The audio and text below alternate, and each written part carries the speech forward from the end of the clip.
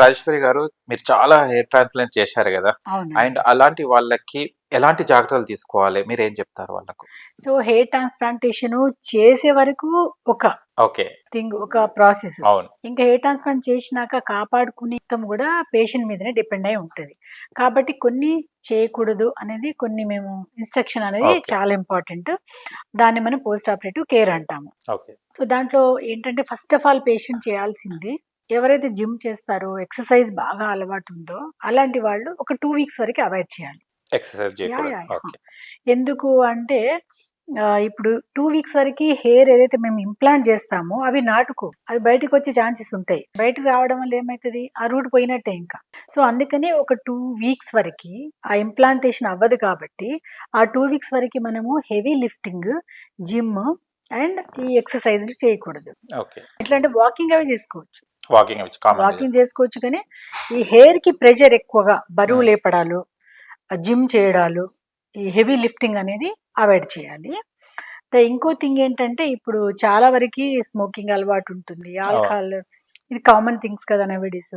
So, అలాంటి వాళ్ళు కొంచెం ఒక 1 వీక్ తీసుకోకపోవడం బెటర్. అవాయిడ్ చేయాలి. 1 వీక్ వరకు అవ్వాలి. యాహ్! ఇమ్మీడియేట్‌గా పోస్ట్ ఆపరేటివ్ ఒక 1 వీక్ వరకి చేస్తే వాళ్ళకి కొంచెం తొందరగా రికవరీ అయ్యే ఛాన్సెస్ ఉంటుంది.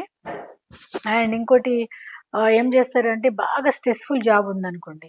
అంటే జాబ్‌కి వాళ్ళ ఆఫీస్‌కెళ్ళగానే బాగా స్ట్రెస్ స్ట్రెస్ పడతారు అవును. కదా!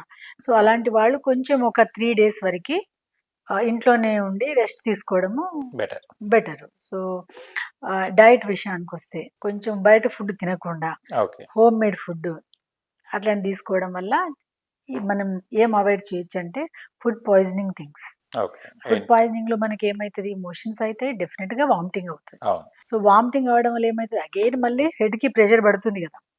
సో, హెడ్‌కి ఇట్లా ప్రెషర్ పడడం వల్ల మళ్ళీ క్రాఫ్ట్ బయటికొచ్చే ఛాన్సెస్ ఉంటాయి. ఓహ్! సో, కాబట్టి ఏది ఏమున్నా హెడ్‌కి ప్రెషర్ పెట్టకూడదు. బయట ఫుడ్ అవాయిడ్ చేయాలి. హోమ్ ఫుడ్ తినడము. ఇవి బేసిక్ కేర్ అనేది చాలా ఇంపార్టెంట్. ఇవి తప్ప ఇంకా ఏమి ఉండవు. ఏముండదు. Yeah! Okay. Thank you so much doctor గారు. చాలా విషయాలు తెలుసుకున్నాం హెయిర్ గురించి. అండ్ హెయిర్ ఎలా ట్రాన్స్‌ప్లాంట్ చేయాలి, చేసుకున్న తర్వాత విధానాలు ఏంటియో కూడా తెలుసుకోవడం జరిగింది. And nice. మీలాంటి డాక్టర్లు ఉన్న తర్వాత హెయిర్ ఉన్నా ఒకటే, లేకున్నా ఎందుకంటే మరి రీప్లేస్ చేస్తారు కాబట్టి. Thank you so much. Thanks అండి. Thank you. యాహ్! చూశారు కదా ఫ్రెండ్స్, మీకు గనక ఎలాంటి హెయిర్ ప్రాబ్లమ్ ఉన్నా కూడా please consult doctor J. Rajeshwari గారిని కన్సల్ట్ కండి. మీ హెయిర్ ప్రాబ్లమ్‌ని సాల్వ్ చేసుకోండి. మీకు గనక మా వీడియో నచ్చితే లైక్ చేయండి, షేర్ చేయండి, కామెంట్ చేయండి, సబ్స్క్రైబ్ ఛానల్ అక్కడ గంట సింబల్ టంగున కొట్టండి. నేను మీ యాంకర్ పప్పు. Bye bye.